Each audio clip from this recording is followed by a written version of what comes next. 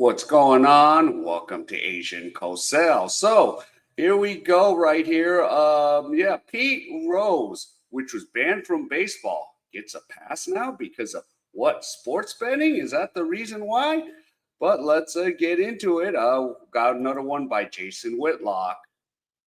If someone is doing something to enhance their performance, I put that in a different category than someone cheating or gambling, undermining the integrity of the game through just greed and wanting to make money. I think that's completely different. I want to move. Pete Rose is now a candidate, I guess, now for the Baseball Hall of Fame. Rob Manfred and baseball have announced this, that he and Shoeless Joe Jackson, they're now eligible. Should we credit FanDuel and DraftKings for this? Yeah. Did they make the call here and say, hey, the greatest gamblers have to be eligible for the Hall of Fame? Or, what do you think about this?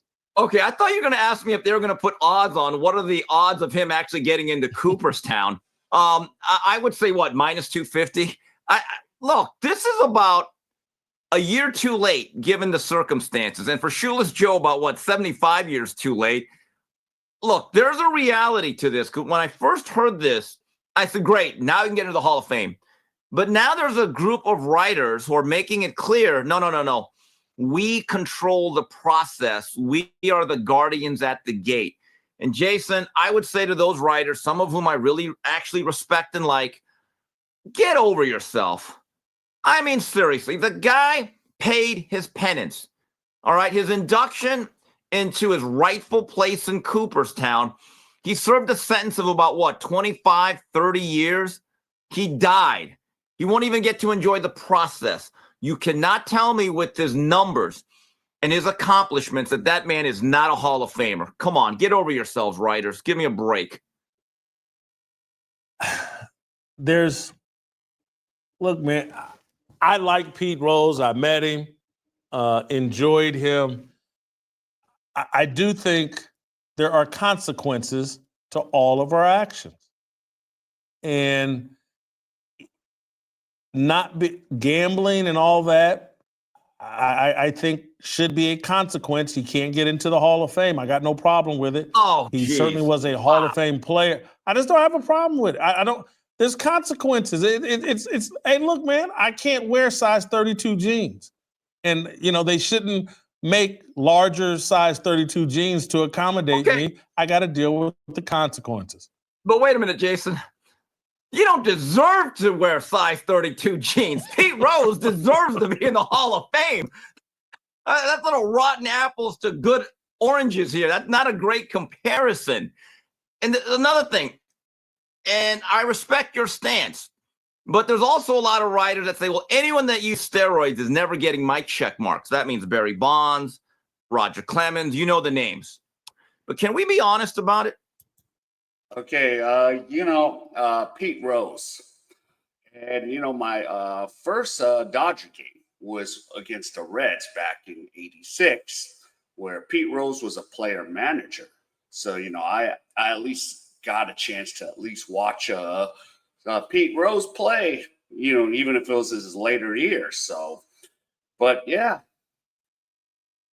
And I'm just sitting here like, okay, now the writers have all the control. Okay, because what? You need 75% votes to get into the Hall of Fame? Or, are we talking about, thanks to FanDuel and DraftKings. So now Pete Rose gets to get in. He's eligible because of those. I don't know, but and then the argument here, the writers about bonds and what steroids and all that. Yeah, it's kind of an iffy issue right there. So let's continue. I believe that a lot of those writers knowingly voted for players who were very suspicious, because we all knew the guys that were a little bit, we kind of looked at them like, wow, 25 pounds of lean muscle mass, and all of a sudden you're hitting 50 home runs, huh? Suddenly. But yet they voted for them. I just don't, again, and I know I might be in the minority. When you have a Hall of Fame that does not have Charlie Hustle, Barry Lamar Bonds, Alex Rodriguez and Roger Clemens. That does not seem to me a complete Hall of Fame.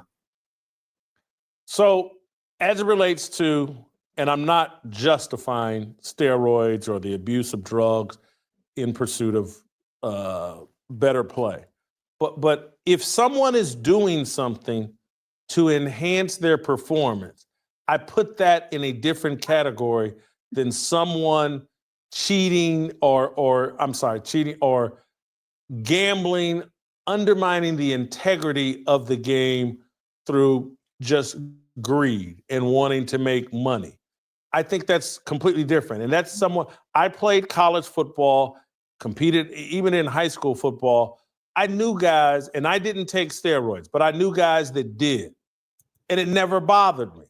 And it probably should have. But I just didn't care. I was like, that's what they got to do to compete. It's not that I affirmed it, but I just didn't care. They're trying to compete, but this is all. And so when I look at Barry Bonds and all those guys, I was like, hey, man, if steroids had been available when Babe Ruth was playing, he would have been on them. And so I put that in a different category than people that took actions that undermine the integrity. 2025년 3월 경북 지역을 덮친 최악의 산불. Of the game. Jason, you make a great point, and I cannot disagree, because let's say I'm a journeyman ball player. I'm a utility guy. End of my career, I've never won a World Series. And I know a player or two that was on the stuff, the cream and the clear and all that other Balco great stuff. And because they have these monster years, they win a World Series. But let's say there's a health impact and they lose 5 to 10 years. I'll be honest. I'd tell those guys, hey, guys, thanks for that sacrifice. I got this ring because of you. I get it. It's a very, very sound argument. The other argument, though, Jason, hold on, but there's a flip side to this. There have been major league players that have also made this argument. I did it the clean way, and now you're putting pressure on me because you might take my job by cheating, and now you might actually make the steroid usage rampant because everybody wants one of those very tough to get roster spots. So there is a bit of a gray area as it relates to the use of performance-enhancing drugs in all sports. I agree with you. I think it's a great point. But then you have to go to the place of, okay, we have a society that values money inappropriately. Yes. But that is our society. And so we have to recognize, like, man. Okay, so of course, again, the writers control everything, 75% of the votes. And yeah, there's this argument, okay, you know, the steroid use in the 90s and early 2000s. And then of course, you know, going back to Pete Rose, you know, I remember, what is it, in the movie, I forgot what movie it was. Like, he's like, yeah, put Rob Murphy out there. You know, Rob Murphy was one of their closers. And then, you know, his assistant manager's like, he's been gone 3 nights in a row. And I was like, that was crazy back in the days. So 4 nights. But, you know, yeah, there's so many arguments of how, you know, okay, how should we vote these guys in the Hall of Fame? And I agree should, you know, like Barry Bonds, I think, was a Hall of Famer before he had that monstrous career with the Giants. He was actually a Hall of Famer because, you know, he started to get really big after, you know, after being with Pittsburgh. So, yeah, it's just a lot of, opinions and votes, and you got to see. Man, when you're talking about making 20, 30, 40, $50 million a year, there's guys turning to whatever product is necessary to make 10 million a year, 15 million a year, 20 million. That's inevitable in a society that values money the way we do here in America. And I think we inappropriately, there's too much an obsession of money, but asking guys or expecting guys not to use performance enhancing drugs when you dump that much money into these games, I think is perhaps an unreasonable expectation. I don't disagree with you, and I'm going to relate this to Ben Johnson. We all know he was probably the biggest story of the 1988 Olympics in Seoul, Korea. ran, I believe, a 9.79, dusted everybody. One of the few people I've ever seen pull away from Carl Lewis in the last 20 meters. When ESPN did a 30 for 30 on that whole race in Bend, it turned out at least 8 or 9, or 8 of the 9 finalists had either used it, had been suspended for using it, or there were strong suspicions that they had used it. And it relates to this comment from his late great coach, Charlie Francis. Okay. And Victor Conte told me this, ironically. He said, it's a level playing field, just not the one you think it is. That is the reality of world-class athletics. To think only a few elite athletes have an advantage, no, that is simply not true. Don't miss a second of Fearless. All right. So, yeah. So there you go. Yep. Pete Rose. And now, you know, the funny part Stephen Kim brings up. Yep. Ben Johnson. I remember that too. So, yeah. So, well, Pete Rose is finally eligible. Now the question is, will the writers put him in the Hall of Fame? That's the question right now. So, yeah, so it'll be remain to be seen. All right, if any of you enjoyed any of this content, please give me the HKO special. Help the king out. Hit the like, subscribe, and comment. And wherever you are, stay safe, and I'll see you in my next video.